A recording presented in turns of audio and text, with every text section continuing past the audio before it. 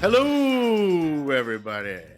Welcome to another episode of Dirt Nap City, the podcast about interesting dead people. I'm here with my buddy Kelly. Kelly, what's up, man? Man, it got hot. I'm so bummed. Yeah, if you live in Texas, it's miserable this time of year. But who knows when you're going to be listening to this? I mean, this could be a fall episode. In that case, it's probably, well, it's still hot probably in Texas. Hey, Kelly, I want to also say hi to Pink Phlox. Oh, yes. Pink Phlox, our new Patreon supporter. Thank you, Pink. Pink Phlox, I think, is a flower. Did you know that? I did not know that. It's I did not know that. Kind of flower or something. Okay. Pink is our newest Patreon supporter. And if you want to support us on Patreon, or another thing you can do now is in the description, there is a button or a link you can click to send us a message immediately from your mobile device. We haven't had anybody do that because we just activated this feature on our software. And if it works, you could be the first one. If you send us a message via this new thing, I promise we will send you something in the mail. But keep in mind, the show still isn't live. So if you're texting about something we're saying, we're not going to, in real time, respond to whatever you're listening to. It's still, yeah, this isn't like a podcast booty call. No. That'd be a great name for a podcast, though, wouldn't it? Podcast booty call? I guarantee that's already a podcast. Hey, I want to introduce you to somebody. Okay, who's that? Oh, wait, there's a guy here. As you know, we have this podcast is about interesting dead people. But it's not the first and probably not the last podcast about interesting dead people. And it strikes me that there might be a lot of people listening for the first time who maybe this is their second favorite podcast about interesting dead people. We have here the host of the podcast Famous Dead People, which ended a few years back, Jarret Berenstein. Hello. How's it going, guys? So you had a podcast from 2017 to 2020 about famous dead people. That is correct. The premise of the show was that I would invite comedians on to pretend to be deceased people from history. I would ask them questions. They would have to improvise funny answers to the questions that I asked these famous people about their lives.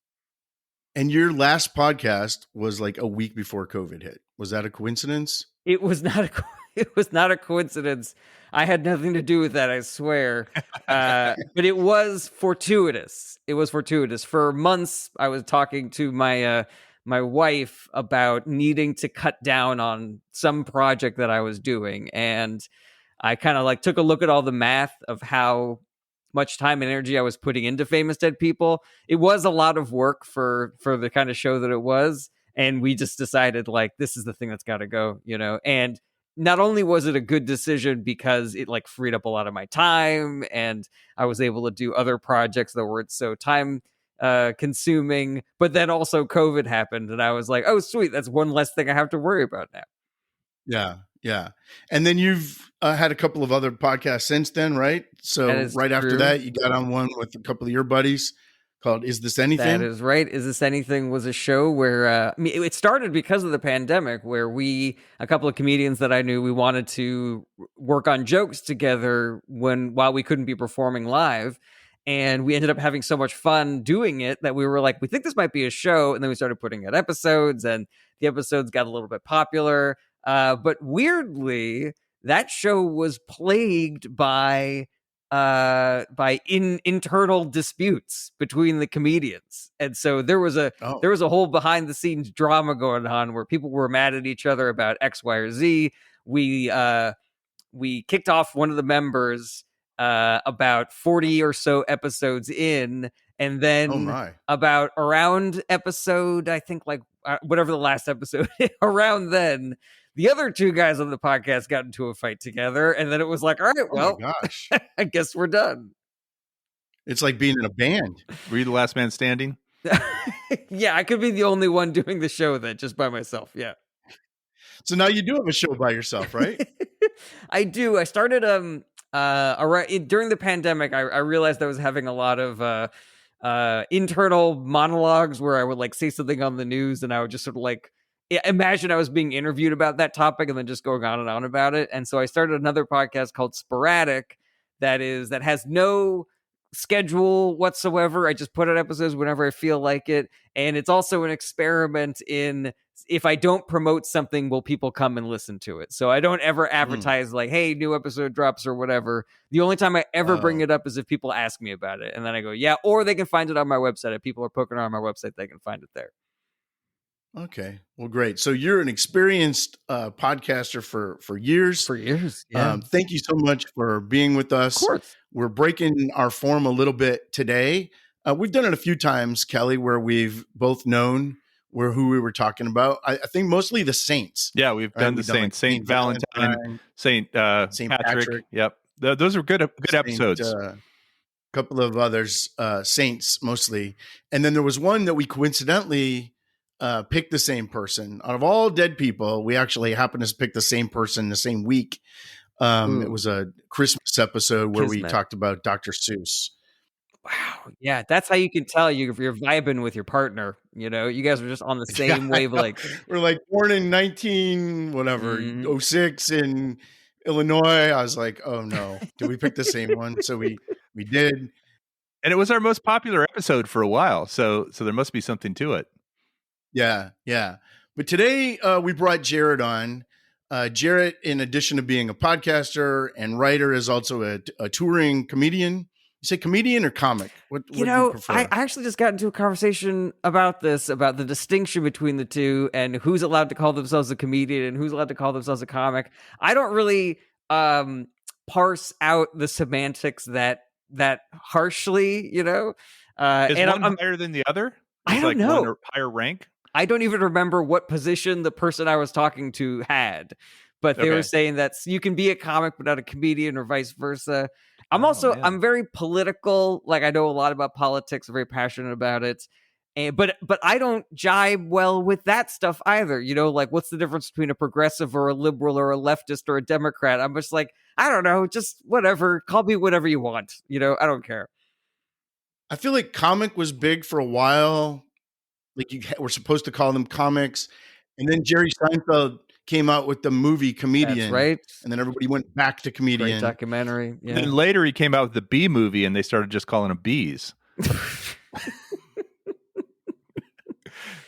Thank you for the courtesy laugh, Jarret. Oh, hey, they'll be coming all day, guys. Don't worry. I got a reserve. Alex just gives me a dirty look when I say something like that. Well, I know that's the cue that crickets drop that he uses sometimes. One time I was doing a show in a club that had an actual cricket in it, and I thought somebody was like heckling me because I hear this cricket every once in a while. I was like, "Is that somebody's phone? Like, what is? We fucking with me? What's going on here?" Oh. Yeah, it's like the microphone that gives you feedback when there's nobody. That's right. Right. That always happens, like on The Simpsons, when somebody's bombing, the microphone squeals. Yep. Well, I want to talk to Jarret today and Kelly about our subject today is Andy Kaufman. And I want to get into his bio a little bit at first, but then I really want to get the opinions of a professional comedian and somebody also who's a little bit younger than us, who probably wasn't too aware of Andy Kaufman in the original, like while it was happening, and see how that all went down. I'm interested in hearing everything you guys experienced. Malcolm X, Abraham Lincoln, Jesus, the dinosaurs, whatever, you know. I love learning from the older generations. Yeah. Thank you. We'll teach you everything about all those guys. My favorite century, as we've learned going on here, is the 20th century. Had a pretty good run, the 20th century, outside of the couple of world wars that we had. If you take out the world wars, it was a hell of a century. I mean, a lot of interesting stuff happened, that's for sure. Yeah. If you add in the world wars, not so great. We have a lot of great movies because of the world wars that we wouldn't have today. That's true. Yeah. That's true. I mean, what would Tom Hanks be doing right now without World War II? Yeah, it's like half of his catalog. There'd be a giant space in his resume, and every time you try to get a movie after that, they would go, "What happened here?" It's like, well, I was supposed to be doing Saving Private Ryan there, but that war doesn't exist. So, right.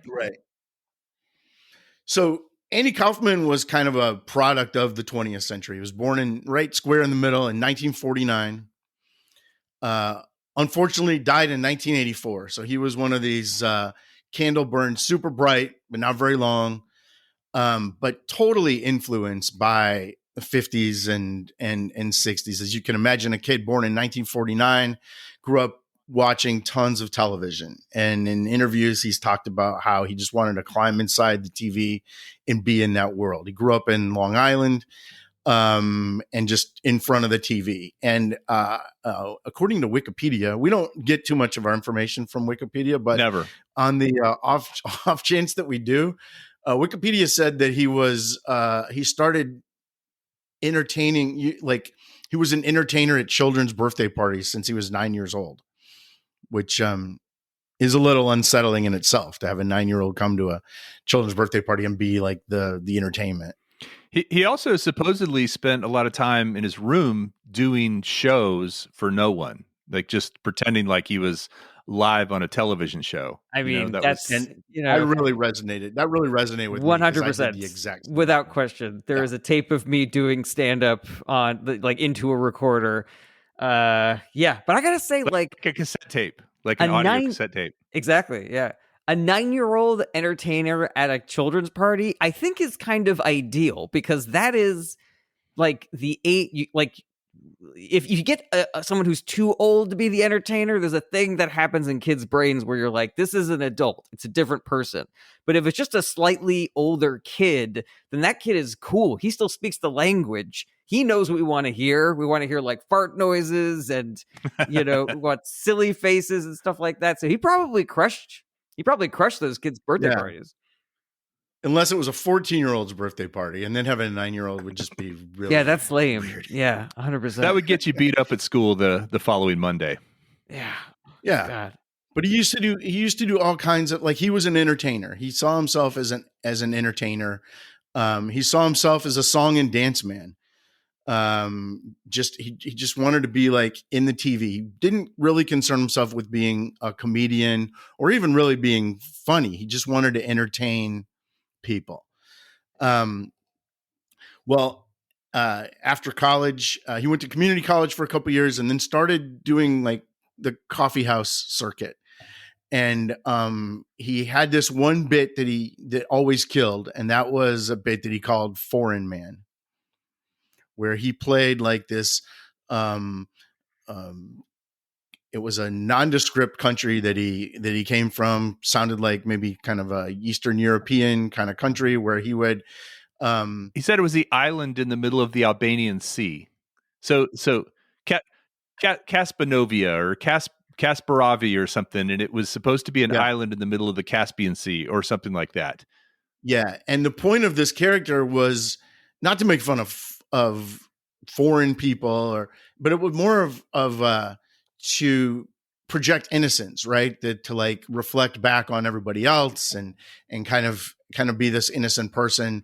And he would do these impressions, but he would do them in his foreign accent, his accent voice.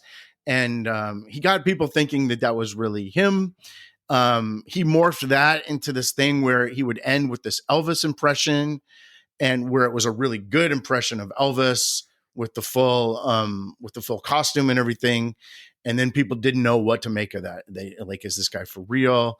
And so it was what he liked to do is keep the audience on its heels a little bit, keep them guessing as to what he was going to do next. I'm not sure the bit was funny. I mean, it lasted probably way longer than the one joke, right? Yeah. Like it was probably a 15-minute bit that the joke was that, oh, I'm not really this foreign guy. And I'm not really that funny. Yeah. So if you're talking about like an open mic or a talent show or even like a comedy showcase show, usually the comics are getting between 10 and 20 minutes each. And if it's a professional show, usually it's closer to 20 minutes. If it's like a smaller show, usually like 10 minutes. I mean, if you're at an open mic and anybody can sign up, like really that person doing more than 8 to 10 minutes of material is potentially a disaster. There are open mics that I used to do in New York City where everybody got 2.5 minutes, just to let you know the precariousness of it. And I don't know if we're jumping into this too early, but I think like this is the nugget. Like this is the thing that made Andy Kaufman so special was playing with the agreement that the performer has with the audience about I'm doing a thing right now versus this is me right now. What is the bit? What am I lying about? What is the honest part of this? And there's a part of every entertainer that has to struggle with that, where we will often say, like, does this read? You know, like, does an audience understand what I'm going for here? Or conversely, you would say, like, am I showing my cards too early? Am I giving away too much? And the thing that Andy Kaufman pioneered was, I'm not going to show my cards ever. I'm just going to do the thing. And people can guess for as long as they fucking want whether or not this is real or not. And that was so new and exciting. And it alienated a lot of people. And that's sort of like the equation for comedians, for entertainers, is like, you know, the payoff can be huge if you can deal with alienating your audience for a long time. But it's painful to alienate your audience for a long time, to know that, guys, there's going to be a payoff, I swear to God, but we're not there yet. And you just people are so uncomfortable. Yeah, you know, they're just cringing. It hurts. It really gets you when there's like no laughs. And I personally, as a performer, I can't stand too much of that. You know, like even in the jokes of mine that go on a little bit too long in the setup, there's always a part of me that wants to be like, there's a joke coming, guys, I swear. But he liked that. And there's a lot of performers who do like that tension. And yeah, the fact that he was at the time that he was performing so willing to sit in that tension and just let it be was so different and really revolutionary. That's the thing, is that, and I love that word tension too, is that in a 6-minute set, so you said 10 to 20, but like he was on Johnny Carson. Those are like 5 minutes. Late night sets are like 5 minutes. Right. So that's like 5 or 6 minutes.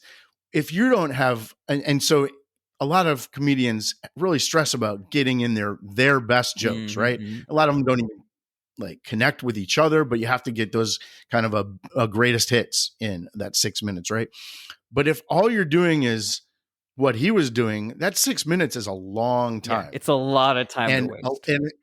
And for those audiences that were used to things like Bob Hope and kind of the more standard conventional comedians at the time, man, 6 minutes, those audiences were not trained like today's audiences are to sit with that stuff. In 6 minutes, where he did a good minute and a half with his back turned to the audience, where he's putting on his Elvis costume. And then, like you say, the payoff is him finally using the Elvis voice. But that might have been 2 jokes in that whole, and the jokes weren't even like a traditional setup punchline. Yeah.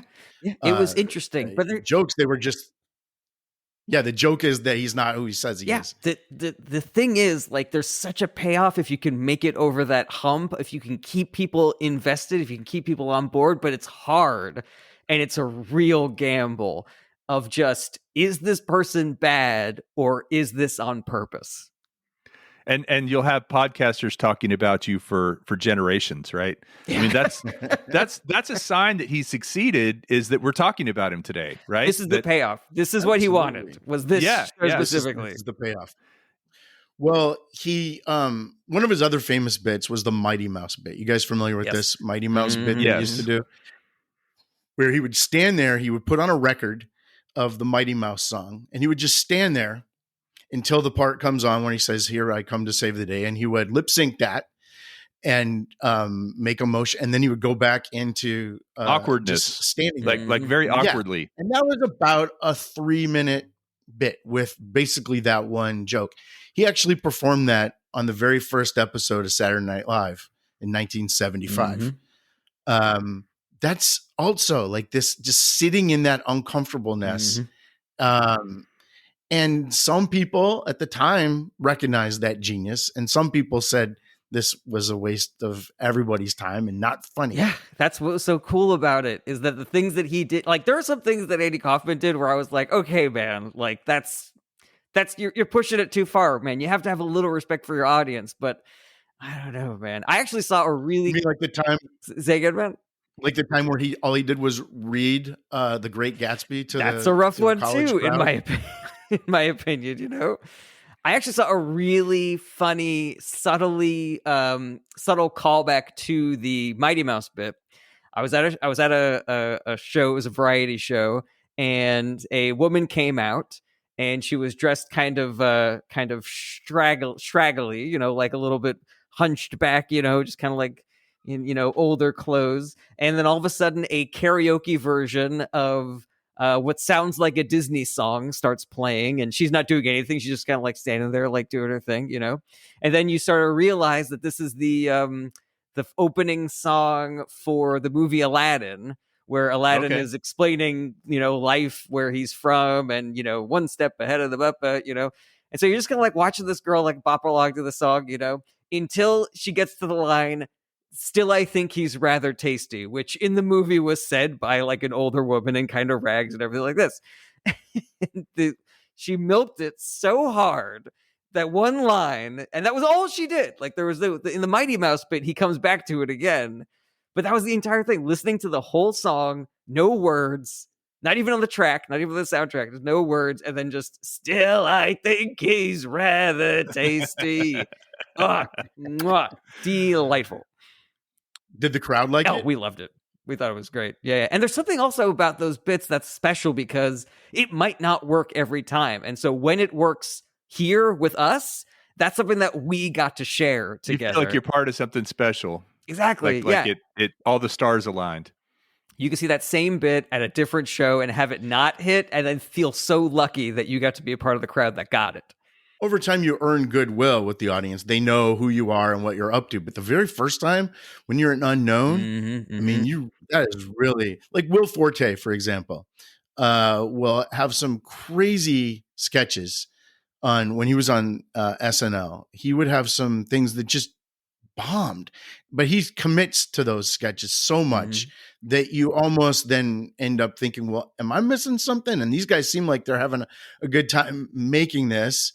And then the next time you kind of get his whole shtick and you kind of get where he's coming from. But the very first time you see it, it might not be riotous laughter. Yeah, there's a real danger there too. If you don't perform well, if you don't get that audience, you might not play that club again. You might have missed your opportunity to impress somebody who had an opportunity for you. And so there is a real risk to being that kind of comedian that alienates the audience and isn't concerned about being a, you know, rapid fire joke comedian. If it doesn't hit, you might have just fucked yourself for months or years. Well, let's on that point, Tony Clifton, right? He never claimed to be funny or tell traditional jokes. I mean, he just insulted people, insulted. So Kelly, explain who Tony Clifton was. Tony Clifton was an alter ego, I believe, of Andy Kaufman and one of his friends. I think the two of them came up with it originally, and Bob then Zamuda. would do this. Zamuda, right? Yeah, and they would do this, and then they would both be that character at different times, right? Was that? I believe so. I believe that they kind of traded off. Yeah, in fact, people thought they were booking Andy Kaufman, and he would come as this lounge singer. So he would play like a week at a casino, and they'd think, well, we're getting Andy Kaufman so we can get people in the door. But if Andy just wanted to go on vacation, Bob Zamuda would just do it, and they would make the same money Andy Kaufman was making, and they'd split it, and it would just be laughing all the way to the bank on that. I guess. Well, I think there was a little smoke and mirrors there too. Like, and we was a lounge singer that Andy Kaufman is this person, because sometimes he's there and sometimes he's not there. You know, right. Sometimes he's not. Right, because he one time he showed up at a show where Tony was playing, and then all of a sudden Andy's there, so it can't be Andy. But people don't realize there's another person involved that's doing this. I mean, it is total smoke and mirrors. Yeah, and the Tony Clifton character was a boorish, terrible singer. Like he was a lounge singer, like a caricature of a terrible lounge singer that told racist, sexist jokes. And got completely on the bad side of the audience every time. But they always thought that, oh, okay, there's this sweet guy under this, so this can't be that bad. Have you guys seen the movie Jim and Andy? Yes, the It's documentary. The movie Yeah. it's the documentary about the making of Man on the Moon. Mhm. Have you seen it, Jarret? Yes, I have. Yes, I I have have. not seen it. So there's a scene in that movie, and they have all these behind the scene clips. It came out in 2017, but it was about the making of Man on the Moon, which was filmed in like 1999. So there's the scene where Jim Carrey gets invited to the Playboy Mansion, and he says, "Well, I can't make it, but can Tony Clifton come instead?" So they say, "Yeah, sure." Wink, wink. So Bob Zamuda goes as Tony Clifton, gets everybody mad, but everyone's whispering, "That's Jim Carrey. Don't give him a hard time. Don't kick him out. He's cool." And at the end of the party, Jim Carrey shows up and they go up to Tony Clifton and they call the cops and they're like, "You got to get out of here, man. I don't know how you got in here." And they totally turn on him. Mm-hmm. Yeah. I mean, it's I the love shtick. playing those kind of It's jokes. the bit. I think the entire premise of that documentary is that basically Jim Carrey was in character the entire time. So he never was Jim Carrey. He was Andy Kaufman on stage, off stage, on camera, off camera. And I personally, as somebody working in the entertainment industry, I find that to be completely intolerable. It's like everybody's working their asses off, the grips, the lighting people, the assistant AD, the costume lady. Like, let's not make these people's lives harder by involving them in your, your deep artistic journey, But I will say this, like, he got it. Like, Jim Carrey got what Andy Kaufman, like the kind of entertainer that he was, and he got what the bit was. I think you can really see a love that Jim Carrey has, not just for Andy Kaufman as a performer, but for the type of comedy that he pioneered. Yeah, I think you're right. He did drive everybody crazy, though. Yeah, I would have hated that. Yeah. Well, before we go further with Kaufman's life, as we will, I do want to ask a question, because this is one of those things that I often think about. I've grown up, musically. I like kind of music that's way out there. Like, I don't mind stuff that's really loud or really strange or whatever. I'm good with art films generally, like I consider myself fairly well cultured when it comes to film and music and art and stuff like that. But then there's a point at which it's just not good, right? There's a point at which it's just not funny. And it's that sort of emperor has no clothes kind of thing. The kid's the only one that will point out that the emperor's naked and because he thinks he's wearing this great thing.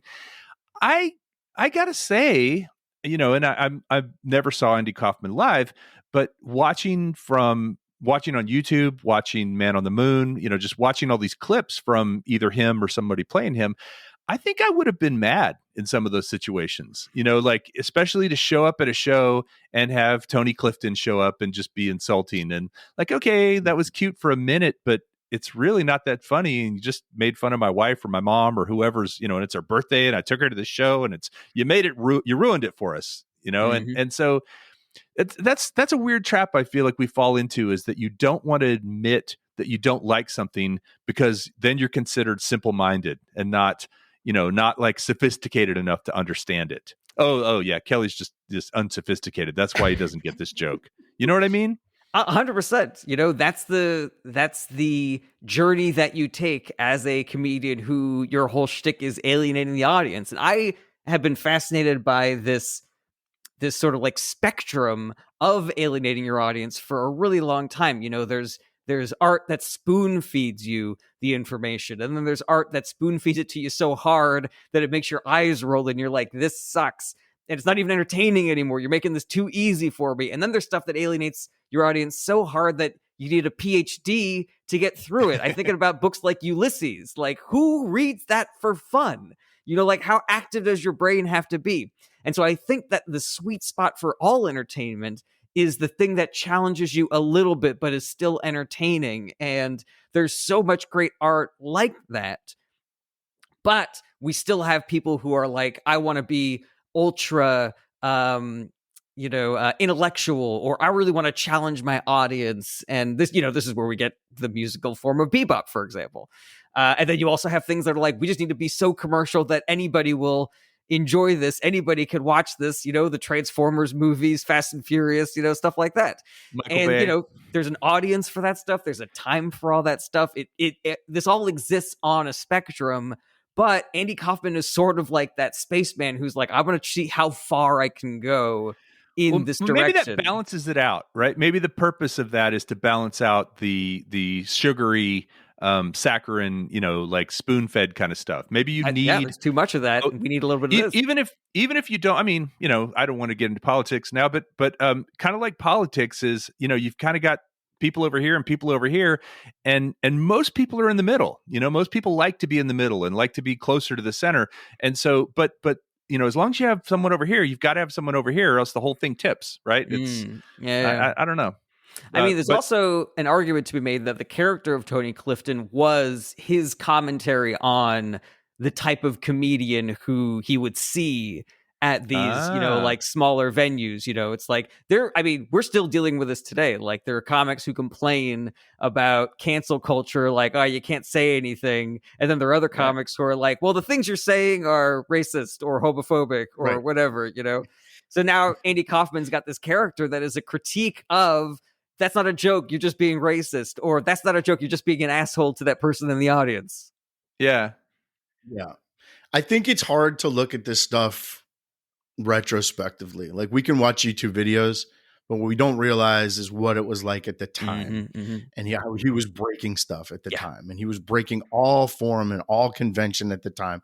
And I remember, I was like fascinated with Andy Kaufman when I was a kid. I was like 8, 9, 10 years old. And it was such a treat when I heard he was going to be on something. And he played all the conventional things. Like, he was on the Dinah Shore show and the Dick Van Dyke show. He wasn't like this punk rock comic where you had to go and like look hard for his stuff. He was on all the mainstream stuff, but he would do his weird stuff. And I used to get so excited as a little kid who just consumed that stuff that I didn't know what I was looking at, but I knew it was cool and it was different. And that kind of ushered in like David Letterman later on, that would do that kind of, were unpredictable. And then Conan later on, where it's like, you didn't know where this stuff was coming from.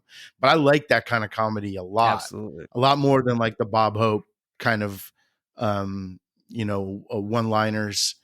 I thought it was cool at the time. Yeah. Take my wife, please. I think that there's a direct line that you could make between Andy Kaufman's pushing the boundaries and the silliness of David Letterman. It's almost like David Letterman is sort of in laughing at his own, material, or smile and winking, is sort of making what Andy Kaufman did just a little bit more digestible, just like that much more, so that we could all enjoy it. Well, and the fact that he had Andy Kaufman on was like, we had all had the goodwill with Letterman. Like, if he endorses this guy, must be cool. And if you don't see it, give it time, because there must be something cool about it, because Letterman has him on. That endorsement was really important to me as a little kid watching David Letterman. And, even the David Letterman like morning show that he used to have, and, Andy Kaufman would come on there from time to time. So, oh, wow. So, yeah. I didn't realize Andy Kaufman was on David Letterman's morning show. No wonder it did not last. That is not the audience. That is not the time for Andy Kaufman. So the weird part is he took this foreign guy character, and they gave him Taxi, the sitcom Taxi. Jarret, are you familiar with that show? I am familiar with Taxi. Yeah. Yeah, it was a good show. Funny show. He had it in his contract that he would only appear in half of the shows. Andy Kaufman, about 14. That was when shows had like 28 episodes a year. He would appear in about 14 of them. And he was, ironically, he was the most popular one on that show, and known for some catchphrases, which is the opposite of the way that Andy Kaufman wanted to be. But it afforded him they promised him a special, that he would get this special called, I think it was called Andy's Funhouse or something like that, where he would get to do whatever he wanted. So that was the reason they did it. But I think he was the highest paid performer on that show, even though he was in only half the episodes. Wow. Yeah, I mean, it's funny. He actually famously had a deal in his contract that said that Tony Clifton had to be in 4 of the shows. That didn't work out so well, and famously kind of got fired on that show. But he was on Taxi. He was a mainstream as it can get was Taxi. Yeah. So he became a really big star through Taxi. Yeah, I mean, yeah, his stuff was funny. It was even the stuff that was a little bit more digestible was still good, you know? Yeah.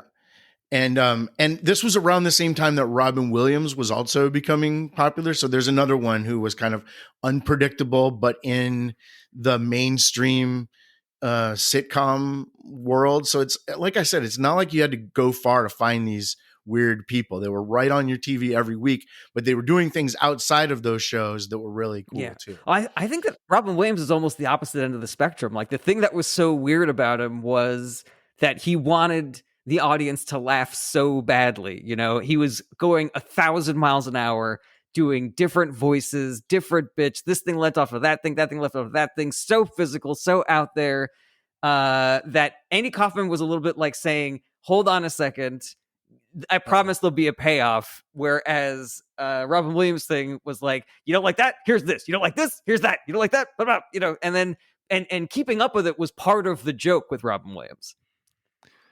You know, they were friends. That doesn't surprise me at all. Yeah. I mean, they were both kind of in that sitcom world. I read where there was a one performance where Andy would said that he had his grandmother at the show, and he had this old woman, and he put her up on the stage.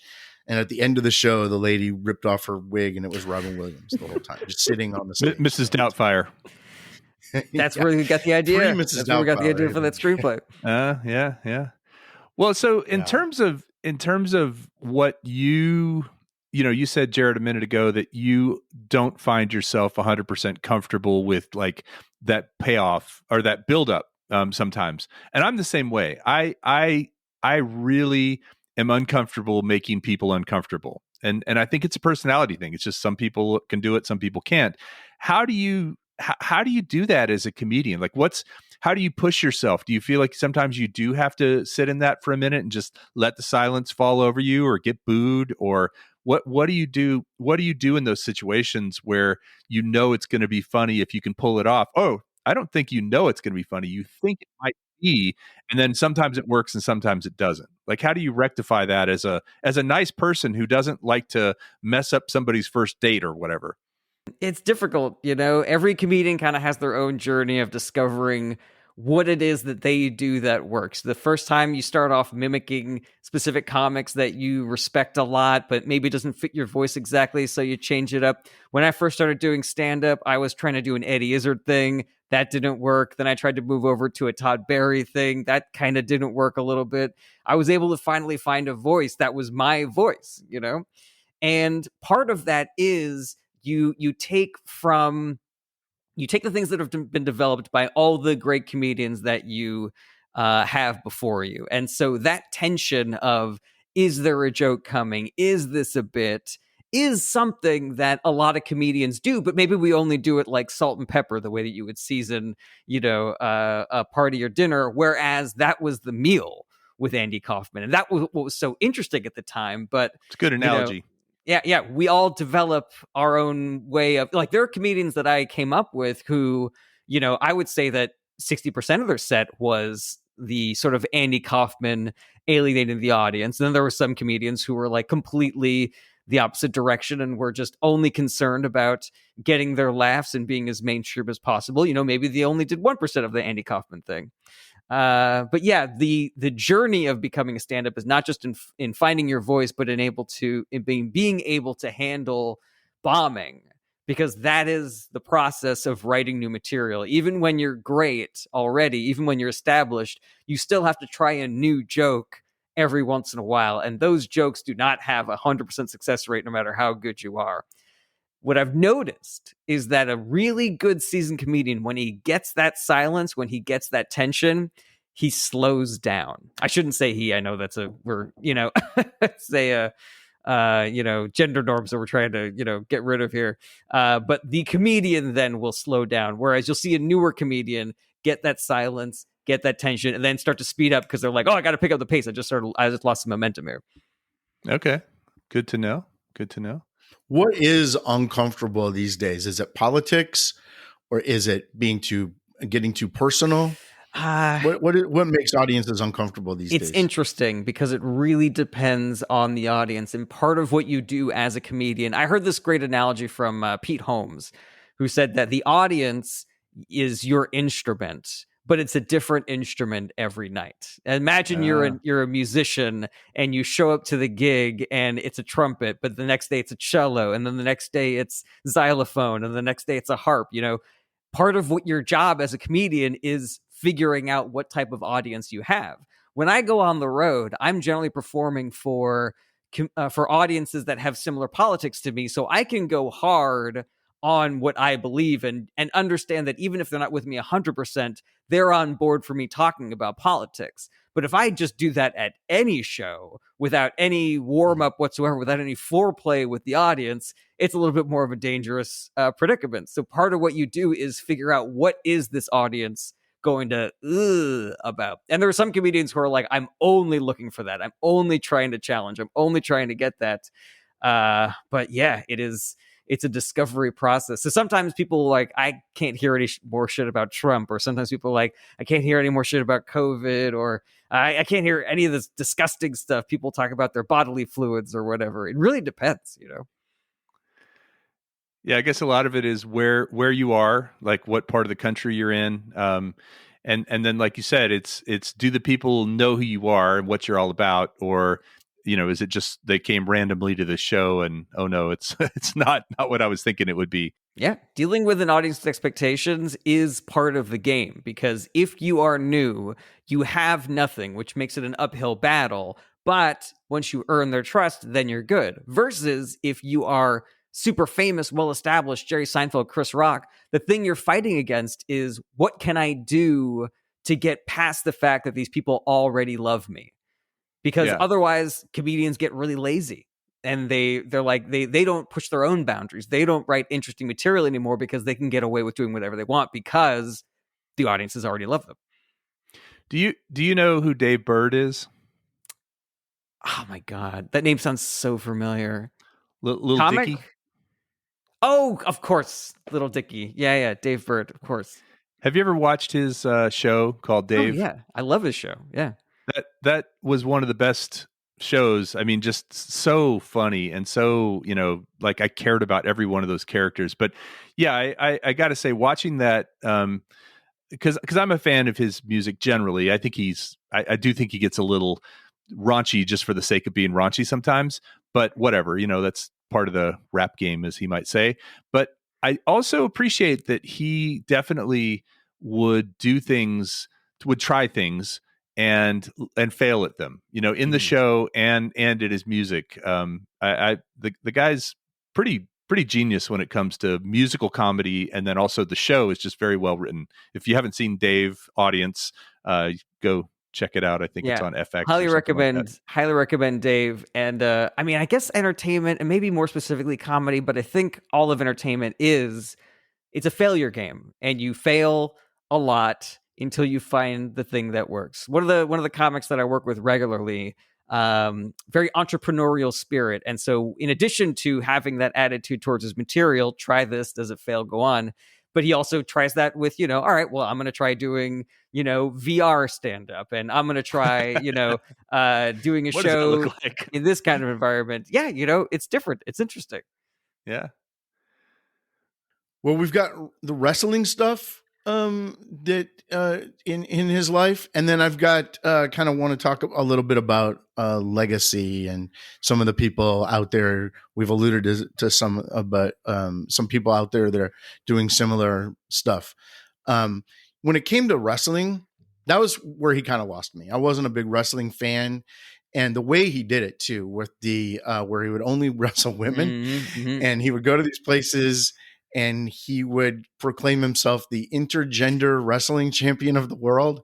and he'd make himself this belt, and he would only wrestle women, and only only after he would berate the crowd and say all this really chauvinistic, sexist stuff and rile the crowd up. And then they'd get up there, and then he would, of course, beat all these women, and then he'd parade around like he'd really done something, until he met his match with Jerry Lawler, the professional wrestler who kicked his ass a number of different times, including on TV. Apparently those guys were friends in real life. But what did you guys make of the wrestling part, which was a huge part of his life? Okay, so I came about this from a very interesting perspective. I had a friend growing up. We were all comedy nerds, me and my high school friends. And he was the guy who loved Andy Kaufman. So he was like showing us all this stuff. Now, the revelation that Jerry Lawler was in on this was a relatively recent one. Like the fact that he was in the movie Man on the Moon, basically admitting that the entire thing was staged, was relatively new. And so when I was watching documentaries about Andy Kaufman with my friend, the wrestling stuff was sort of like his downward spiral. This is where he lost everybody because he became obsessed with wrestling for some reason, and he was being such a jerk on there. And I remember as a young person who loved comedy and who was interested in comedy, watching this and being like, are we sure this wasn't a bit? This is a guy who does bits. This is his whole thing. He does bits. He doesn't tell you he's and doing wrestling bits. is a bit. Yeah, exactly. And wrestling is a bit too. Yeah. It makes sense now, right? Well, our very first episode of this podcast was Andre the Giant. And we started with Andre the Giant. I grew up in Houston, and we would watch Mid-South Wrestling. And my sister and I, we knew it was fake. I'm using air quotes, fake, because those guys really did hurt themselves, and they really did, do some pretty amazing physical things. But it was all staged, and things would be planned out. What he was doing, what Andy Kaufman was doing in that phase, he wanted to be the bad guy of wrestling. He wanted to be the one that everybody booed and everyone hated. And there were, there's classic. Most of the time they were like Middle Eastern characters or Asian. They were non-white guys. Sometimes they were white guys, but they would make these people out to be these villains in wrestling. And I think that's what he wanted to do. He created his own wrestling villain that everybody hated, and he just glommed onto it. And I think he got some sort of endorphin or dopamine hit from people booing him, and people just being mad and angry at him. And the bit was working, like the fact is the only thing that was missing from this bit was letting people know that it was a bit, because it was a good bit. But the problem is that when do you release the tension, Andy? Like, when do you let us in on this?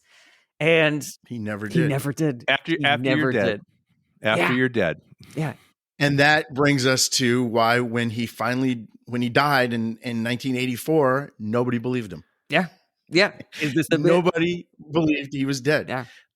I even saw in looking at YouTube clips the other day, there was a clip from like 10 years ago where somebody had seen him in New Mexico.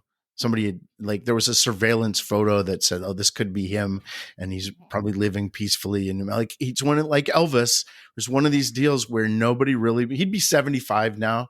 I would think that he would have let us in on this by now, but you never know. There's a less than or greater than 0% chance. You know what's going to happen one day? We're going to have turn on the news, and Donald Trump's going to just take his mask and just rip it off, and it's going to be Andy Kaufman. I'm sorry, Andy, but you've gone too far. I'm sorry, but you shouldn't have left the Paris Climate Accord, Andy. All right. I would have gotten away with it too if it weren't for you meddling kids. Just the idea that he died of lung cancer and he never smoked. It was just like the whole thing seemed like a hoax, if not by him, on him, for him. I don't know. Just the whole thing was just really bizarre. Or is that just sweet irony? Is that just the way of the universe? I suppose, yeah. I think the key to Andy Kaufman is you assume it's a bit, but you also have to be fine if it's not a bit with everything that he's done, So you look over all of his material, his entire oeuvre, most of that is bits that were then revealed to be bits. There's the famous skit on not Saturday Night Live, but like the similar to Saturday Night Live with Michael Richards in it, where he pretended to give up on a Fridays? skit on Fridays. Yeah. Yeah. He pretended to give up on a skit halfway through. And in the movie that Jim Carrey made, that bit is revealed to the audience immediately. But in real life, that was a controversy for, I don't know, days, weeks, whatever. People who now say they were in on it, kind of acted like they weren't in on it back then. So like, there's some controversy there. You just kind of have to be like, it might have all been a bit. It might not have all been a bit. And then he would go on to apologize for something he'd done and made it worse. On one of those Fridays things, he came back and he came back to introduce the musical guest, the Pretenders. Have you seen this clip before? I have not, no. He says, now the Pretenders are behind him. You can see Chrissy Hine ready to sing. And he says, ladies and gentlemen, before I introduce the Pretenders, I just want to talk about something. And he goes on this thing about health and how you shouldn't smoke or you shouldn't do drugs, and this is on Fridays. The show every joke was about drugs. Mm-hmm. And people are booing and they're saying, and then he just goes on and on and on about this thing. And, and then he finally says, I'm sorry, I went on too long. Pretenders aren't going to be able to play tonight. And they go to commercial. And I think the Pretenders weren't in on that bit. They looked like, wait, we're not playing? Wow. Crazy stuff. Like he just was determined to make people mad all the time. You know how I just You mentioned the wrestling, like he already had the Tony Clifton character if he wanted to just make people mad. Well, people knew that one already. He had to go on to the next thing. Yeah. You know how I was describing like every comedian has their journey about like how much of this do I want to do? What is going to be my voice? It's almost like Andy Kaufman was doing that not for himself, but for the world of comedy in general. Was he was teaching us all what is too much of this. I'm gonna take salt and I'm just gonna keep on pouring it onto this meal until we know it's too much. And the fun thing about comedy is that sometimes you reach a point where it's too much and then you keep on adding salt, but then it gets good again. Mm-hmm. And you're like, okay, well, it's we call it the rule of 3 and the rule of 19. Where you do a joke 3 times and it's perfect. And then every time you do it after that, it's kicking a dead horse until you get to the 19th time. And then suddenly it's funny again. That is Andy Kaufman's research that let us discover that. Wow. And I think 40 years later, that seems obvious. Mm-hmm. But at the time, I don't think anybody thought he was going to have the legacy that he did have. Yeah, absolutely. I mean, the fact, like Kelly said, that we're still talking about him. At first, when you start thinking about people today that, there's obviously nobody that's doing what he did today.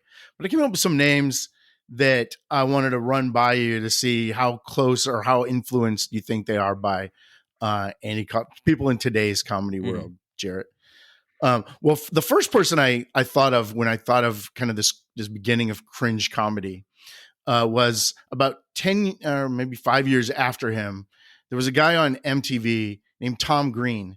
Was he in your wheelhouse? Did you remember Tom Green? I do remember Tom Green. Tom Green was not a stand-up comic, but he played in that uncomfortable zone a lot. Mm-hmm. Yeah, for my personal taste, I think Tom Green alienated his audience a little bit too much, but he definitely had those moments where you were like, that's what it is, man, like right there, but he was also pushing boundaries as well. I think that is I think there's a direct line between Andy Kaufman and Tom Green. I would not be surprised if Tom Green was a huge Andy Kaufman fan and potentially was consciously trying to be an Andy Kaufman type. Sure. Kristen Schaal. Ooh, Kristen Schaal. I don't know. I actually used to run into her in New York every once in a while. She became obviously much more successful than me, but I would see her do shows every once in a while. And specifically, the stuff that I used to see Kristen Schaal do was what we call the rule of 19. Like, we're going to do this a lot until it's funny. Are you familiar with the bit that she used to do with her partner, Kristen Schaal's a horse? I'm not. Tell us about that. So Kristen Schaal's a horse. I forget. I think her partner's name was Kurt Braunhaler. I could be pronouncing his last name incorrectly. Yeah. But they used to do a bit where he would just start clapping and he would start singing a song. Kristen Schaal's a horse. Kristen Schaal's a horse. Kristen Schaal's a horse. Kristen Schaal's a horse. And then she would sort of like gallop back and forth on stage for a solid 5 minutes. Just that. And it is peak Kaufman of just, I'm going to keep on doing this until it's funny. I mean, you could argue that was the Reading the Great Gatsby thing, was. Yeah, you could almost say you're wanting the people to leave that aren't down with this. And now that they've all left, now we can have some fun, right? Yeah. But the fun is, I'm just going to read more of this book. That's exactly how the Man on the Moon movie starts, right? Is there's sort of this beginning. I had never seen it, and I just watched it recently. But there was a beginning where it's a false beginning, where he comes out and basically says, like, it alienates the audience, says, "Go away, the movie's over." It's not, this is all Jim Carrey doing this. And then it's like a good 2 minutes before he comes back out and says, "Okay, if you're still here, you're going to like this movie. I wanted to get rid of the people." He basically said what you just said. Yeah. I want to ask one, Alex. The whole thing with like Jackass and all the physical, those guys that would just do all the crazy stunts. I'm trying to think of their names, but you know who I'm talking about. Johnny Johnny Knoxville, Knoxville, Steve Bam Margera. Bam Margera. That's very uncomfortable too, but more in a wow, he really got hurt kind of way. Like there's people that like to watch that, and there's people that don't like to watch that.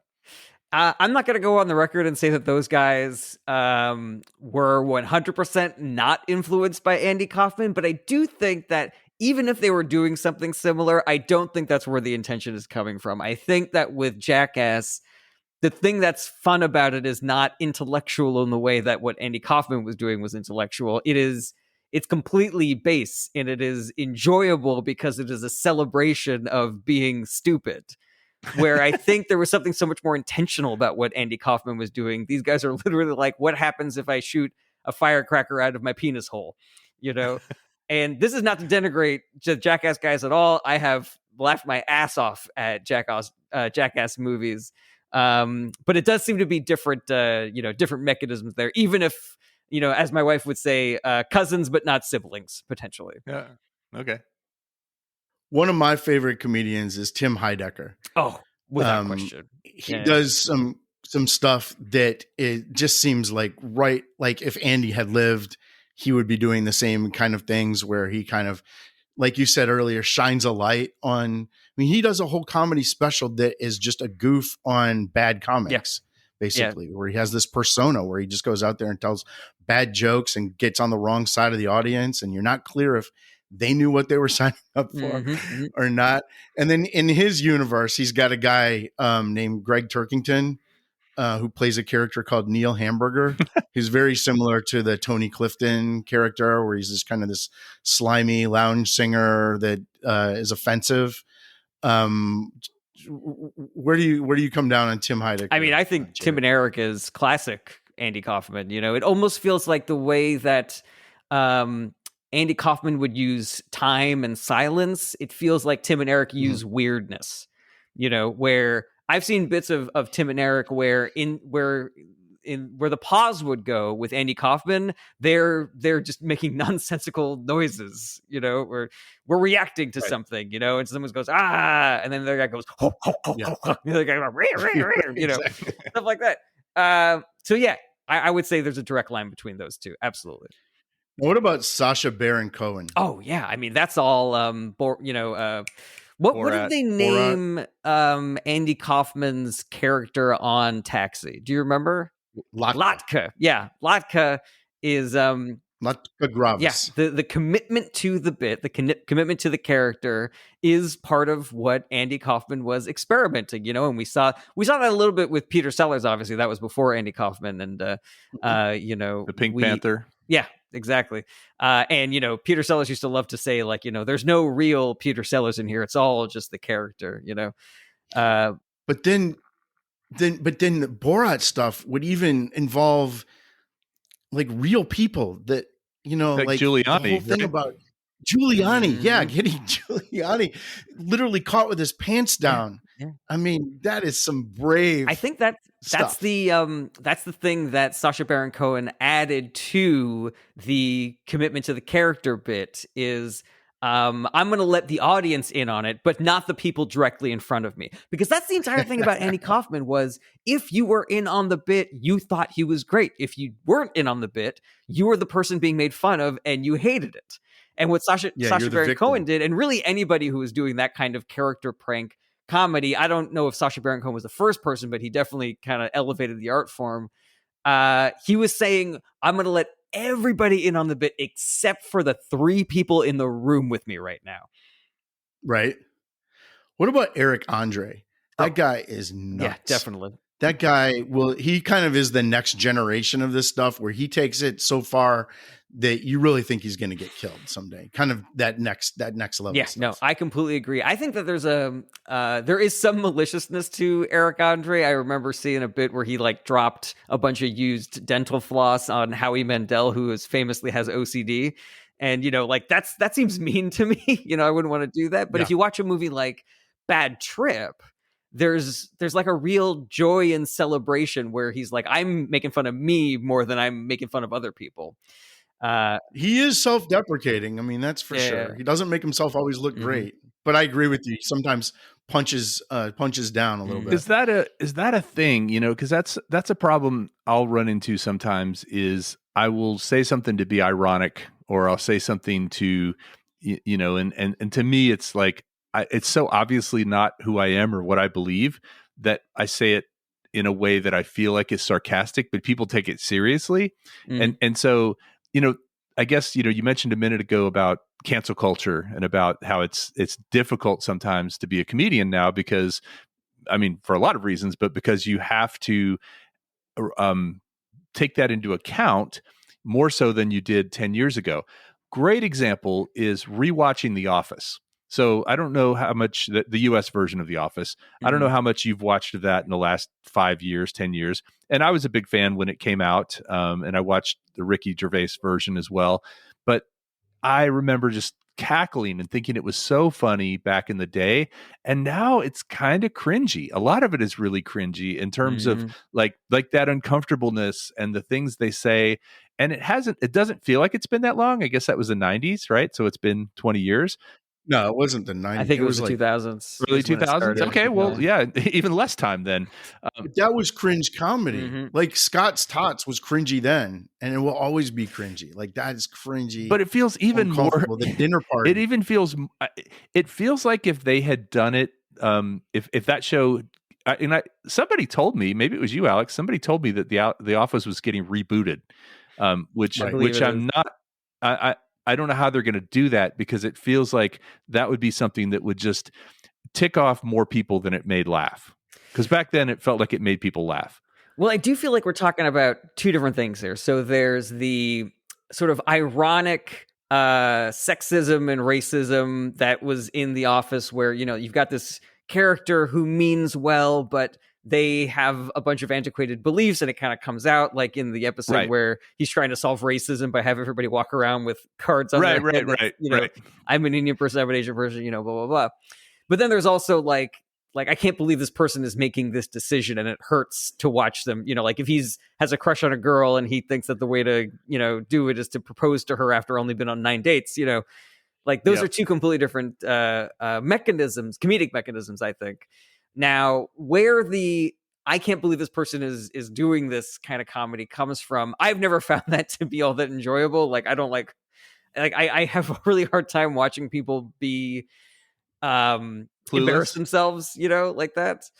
Now, where the ironic racism and sexism stuff comes in, I think we had a little bit more tolerance for it earlier because I don't think that we saw it as, I think we viewed it as being a part of the solution as opposed to being part of the problem.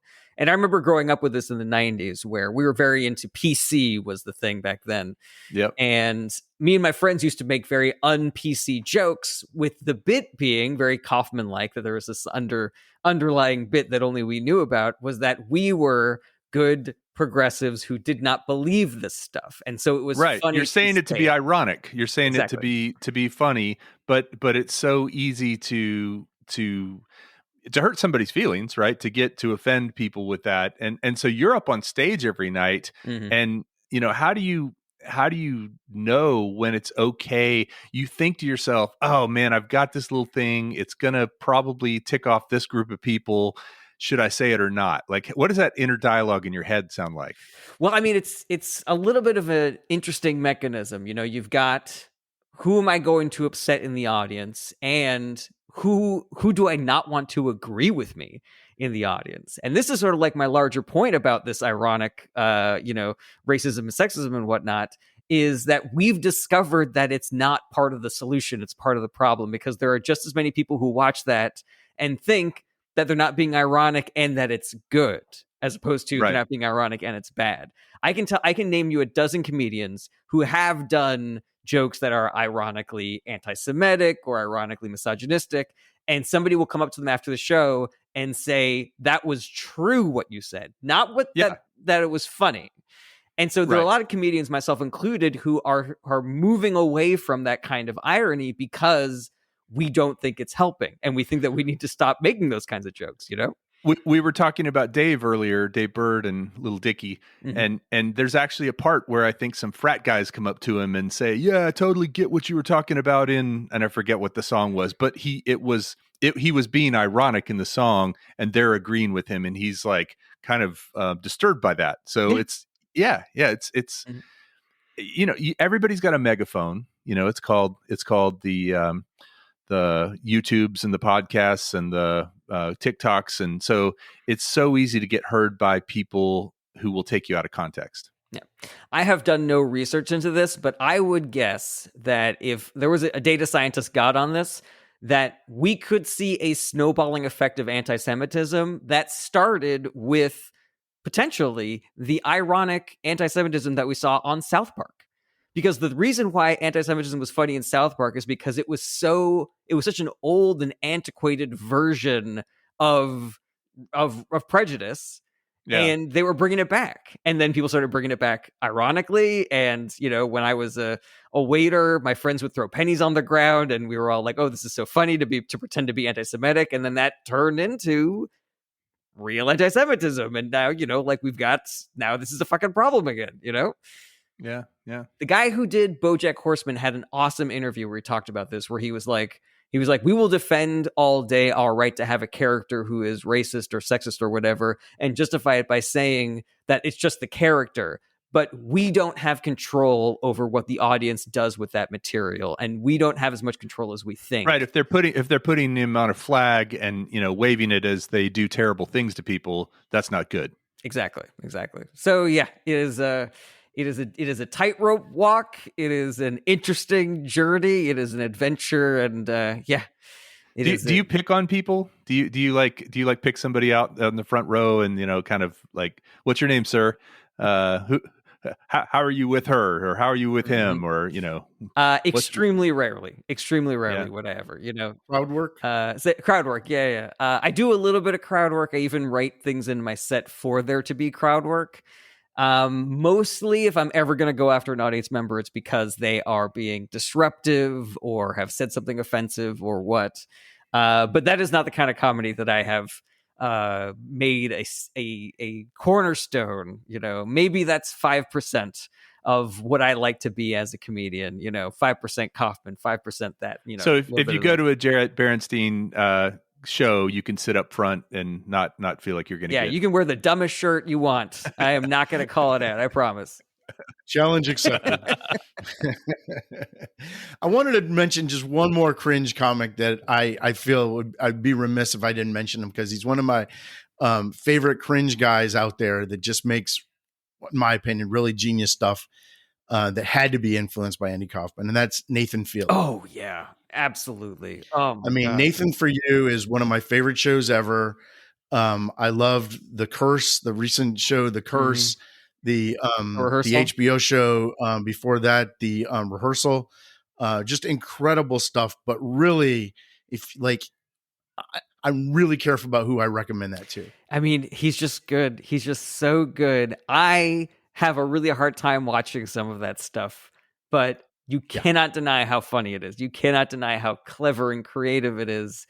And yeah, direct line, 1-to-1 between him and Andy Kaufman. If you're too empathic, it hurts to watch. It Right? really You does. feel bad for the people that are not in on the joke. Yeah, my wife is obsessed But again, just with like, that stuff. I cannot watch too much of it. I don't think I would watch but it either. just like with Andy Kaufman, you're not sure who is in on the joke. Like that's part of it.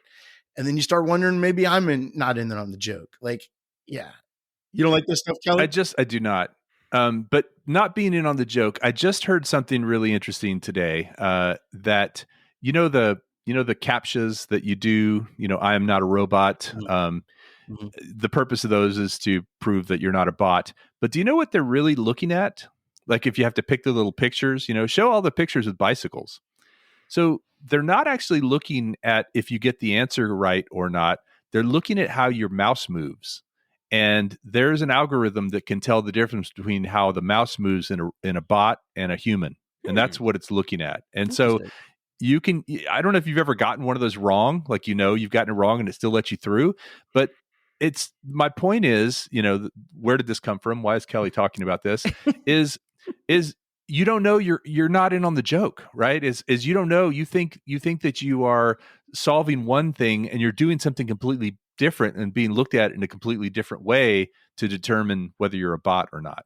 I mean, CAPTCHA has always been one of my favorite comics, yeah, real Andy Kaufman stuff, CAPTCHAs. Whoever thought we'd end up there? Well, oh, go ahead. Go ahead with your question. Oh, I was just going to ask what how do people see more of Jarret Berenstein?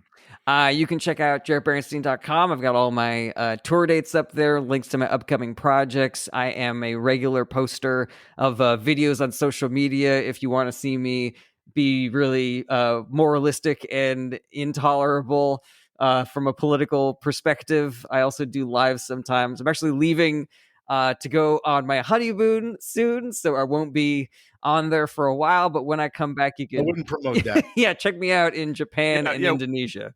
Is that where you're going? That is where we're going. Yeah. Wow. But what? So when you say social media, you're pretty anti Twitter, X. Yeah, I'm not I'm not on there. I don't think that the Nazis are going to enjoy my content. But yeah, you can find me on TikTok and Facebook and YouTube and all that stuff where I post my videos. I do lives on TikTok where I talk politics. jarretberenstein.com is really the home base for all of my projects. Have you been to Japan before? I have not. No, this is very exciting. Excited? Are you going to Kyoto? We are. Yeah, that's where we're spending most of our time. Oh man, I hate to admit how I know about Kyoto, but I watched Somebody Feed Phil, and Phil Rosenthal went to Kyoto and ate there. And have you ever seen that show? It's like a travel food show. I enjoy it. It's got the goofiest theme song in the world. Ooh, all right. Well, I'll check it out just for that. Yes. Well, thanks, Jarret, for being our guest today. Love talking about all things comedy, all things Andy Kaufman, talking about cringe comedy. And thanks a lot for being our very first guest on Dirt Nap This City. was an absolute honor to break this new ground with you. I hope that you enjoyed my philosophical musings about the deeper art of creativity in comedy in general. Definitely. Thanks a lot, man. Appreciate it.